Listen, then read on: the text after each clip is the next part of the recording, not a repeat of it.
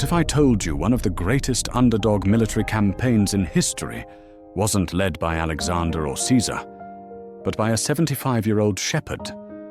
This is the forgotten prequel, a tale of rebellion, kidnapping, and a daring rescue mission that would change the fate of the Promised Land forever.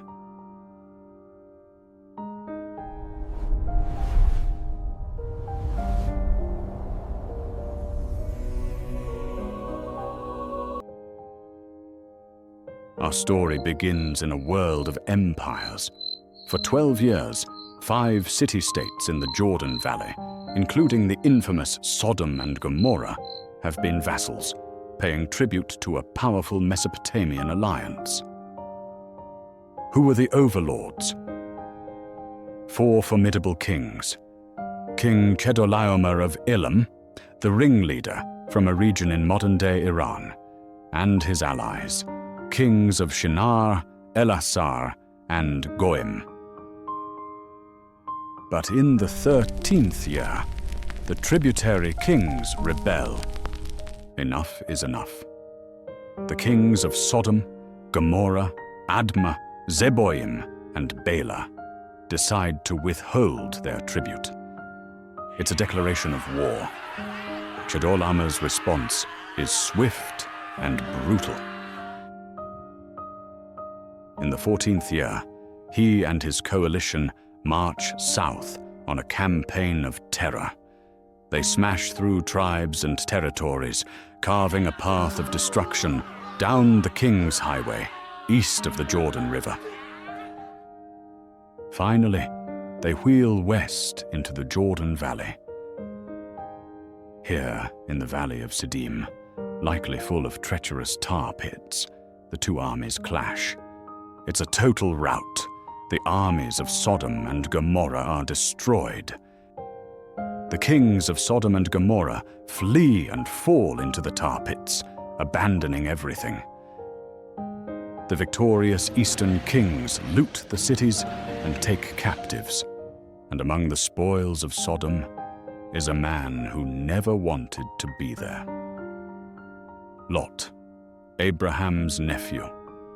The man who chose the lush plains near these cities for his flocks is now a prisoner of war, shackled and marching north towards an uncertain fate. Meanwhile, hundreds of miles away in Hebron, Abraham was living in peace.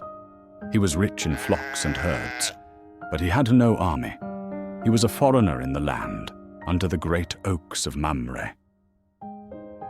Then, a fugitive staggers into his camp, a survivor from the battle, and he brings news that changes everything. Your family has been taken. He doesn't hesitate. Family is family. This is not a war for territory or treasure. This is a rescue mission. What happens next is a masterpiece of ancient guerrilla warfare. Abraham mobilizes his own small, trusted force, 318 trained men born in his own household. But he's not alone. He has allies, Mamre, Eshcol, and Aner, who commit their own fighters to his cause. They pursue the massive coalition army for over 150 miles, all the way to Dan, at the headwaters of the Jordan. Abraham's strategy: speed, surprise, and division of forces. Under cover of night, Abraham launches a coordinated pincer attack from multiple directions. The enemy army, burdened with loot and captives, is caught completely off guard. Chaos erupts. The disciplined rescue force scatters the confused invaders. He doesn't stop. He pursues the fleeing remnants all the way to Hobah, north of Damascus, ensuring they can't regroup. The victory is total. The four-king alliance is broken. The mission is accomplished. Lot is saved. All the people and possessions of Sodom are recovered.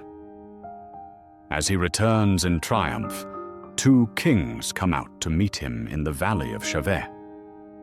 the king of Sodom, the one who fled the tar pits.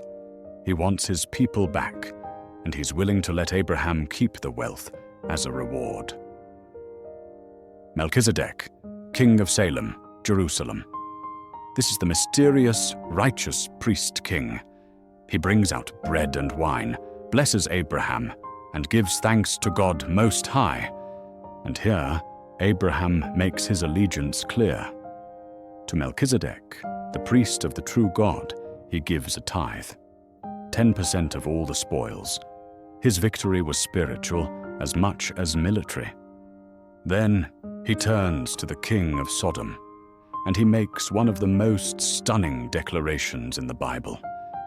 I have raised my hand to the Lord, God Most High, Creator of heaven and earth, and have taken an oath that I will accept nothing belonging to you, not even a thread or the strap of a sandal, so that you will never be able to say, I made Abraham rich. He returns every single person and item. He takes nothing. Why? His wealth and his victory came from God alone. He would not be indebted to the corrupt king. His integrity was his banner. So, what is this story really about? It's about fierce loyalty to family, even when they've made foolish choices. It's about courageous faith, a man with a small force trusting God against impossible odds.